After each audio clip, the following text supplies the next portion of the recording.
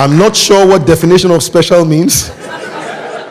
But the consequences of being the special one was that I was born in Oluyole, Ibadan.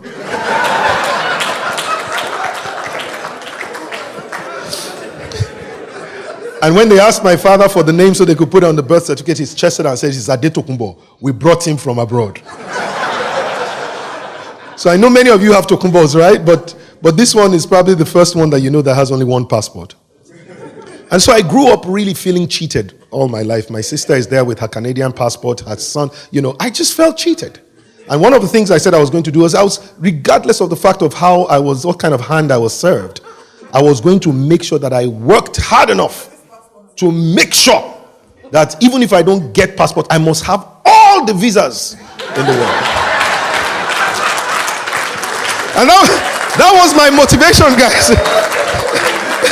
And I kind of like did quite okay. I got my American visa, I got a 10-year UK visa, I got a 5-year Canadian visa, and still I wasn't treated better every time I tried to travel because of the color of my passport. One particular story that I need to share with you that really challenged my life and got me thinking was a few years ago. I was invited to come and speak at a really major leadership conference in the United States. And by this time, doing very well, leading, having literally created an industry called, public speaking in Nigeria. People started saying, "I want to be a public speaker like Fela Dorotoye. I want to, all of that stuff." But here I was going, and everywhere you go, people are saluting you, greeting you. Yeah, I know you. I saw you on TV, and those kind of things. People in Nigeria think you're a star just because you're on TV.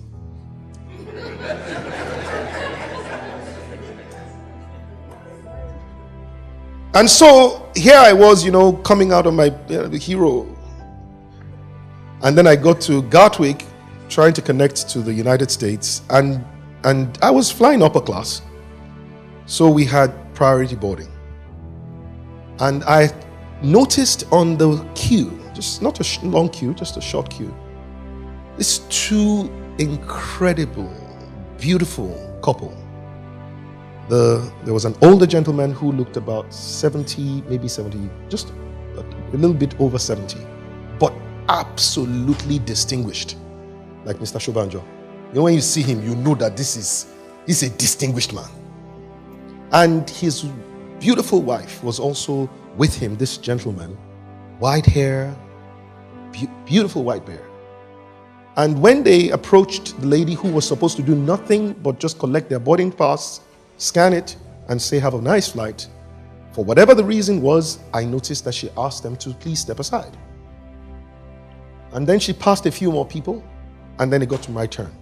And here I was, having been admiring this couple, saying, "This is what I want to be like when I grow up."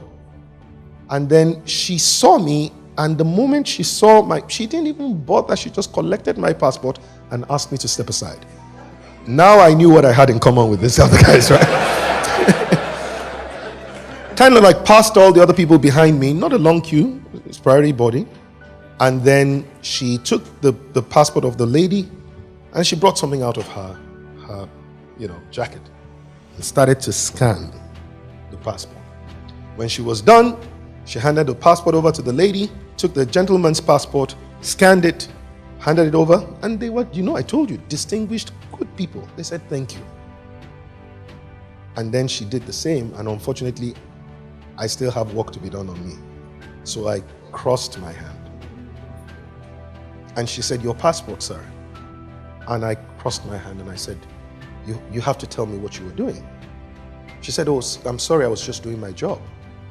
I said, "What is your job?" She said, "I was just checking for the validity of your visa."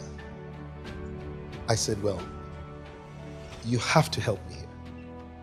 Number one, this visa has been used, even though it's a 2-year visa, this was my 5th trip within 2 years. I'm a frequent flyer.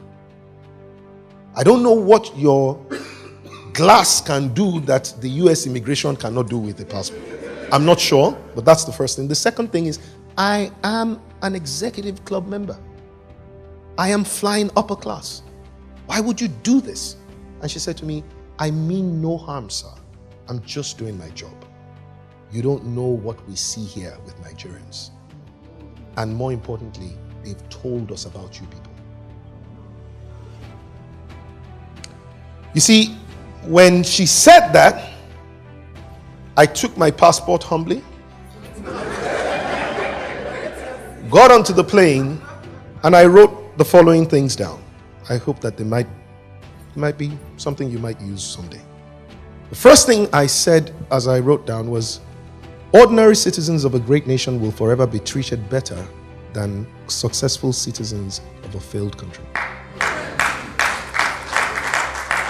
The second thing that I said was that individual success in the midst of collective failure will always be despised. I later came back and put those things on social media and it went viral. But I think it went viral not because it was me that put it up. It was just because it was the truth. And it was a call to most people's conscience to recognize that you are not really ever judged by how great you have become. There is a national identity that is tied to you.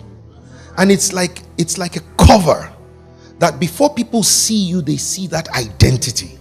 And so whether that identity is for good or for bad, it's the covering you have. Not only is that identity at the cover, it's also at the heart. In between the heart and the cover is all the success you want to get. But if your nation is a failed nation, you've got the heart of pain. And then you've got the covering of failure, covering all of that success. And it occurred to me that it was not enough that I could begin to pursue or continue to pursue my success. I needed to start to pursue Nigeria's success. And that was the journey that took me to become a nation builder.